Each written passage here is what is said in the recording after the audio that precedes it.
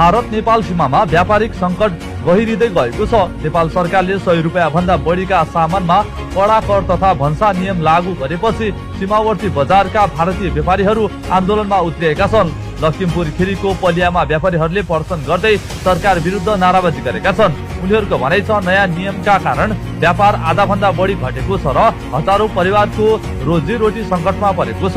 नेपाल सरकारले लागू गरेको नयाँ कर तथा भन्सा नीतिले सीमावर्ती बजारमा ठूलो असर परेको व्यापारीहरूको भनाइ छ।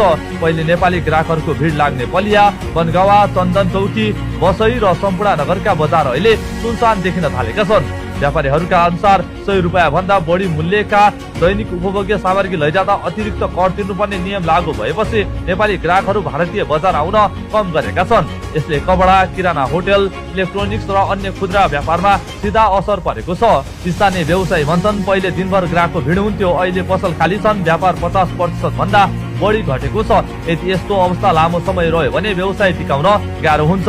मैं शोभित गुप्ता कहाँ से हैं? बनगांव व्यापार मंडल। क्या कहना चाहते हैं? मैं ये कहना चाहता हूँ कि हमारे जो व्यापारी हैं इस टाइम बहुत करो या मरो की स्थिति में आ गए। 20 दिन से लमसम बॉर्डर की स्थिति बहुत तनावपूर्ण है। इसमें हमारे व्यापारियों से जो कस्टमर आते हैं बहुत परेशान किया जाता है। स्थिति ये इस कदर बिगड़ गई है कि हम लोगों को रोड पे उतरना पड़ा। हमारी सरकार हमारे बारे में कोई भी ध्यान नहीं दे रही। व्यापारी घर के परेशान है, लिमिट से परेशान है और 1 रुपए का भी व्यापार नहीं है।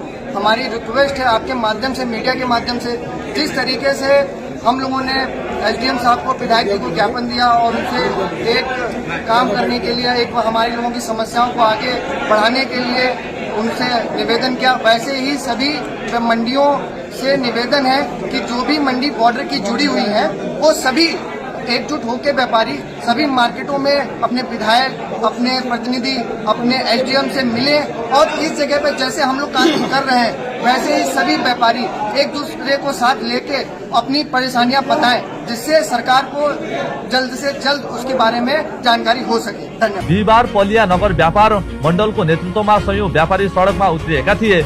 उनीहरूले नेपाल सरकारको नीतिको विरोध गर्दै पलिया तहसिलसम्म मार्च गरेका थिए। प्रदर्शनका क्रममा सीमावर्ती व्यापार बचाऊ, अन्यायपूर्ण कर हटाऊ जस्ता नाराहरू गुन्जिएका थिए। व्यापारीहरूले भारतका प्रधानमन्त्रीलाई सम्बोधन गरिएको ज्ञापन उपजिल्ला अधिकारी डाक्टर अवनीश कुमारलाई बुझाएका छन्। त्यसैगरी स्थानीय भाजपा विधायक रोमी साहानीलाई पनि ज्ञापन हस्तान्तरण गरिएको छ। व्यापार मण्डल अध्यक्ष गौरव गुप्ता भन्छन्, भारत र नेपाल बीच सदियौंदेखि राम्रो सम्बन्ध छ। सीमामा बस्ने मानिसहरूको जीवन नै व्यापारमा आधारित छ, तर नयाँ कर नीतिले व्यापार चौपट बनाएको छ। हामी दुवै सरकारसँग तत्काल समाधानको माग गर्छौं।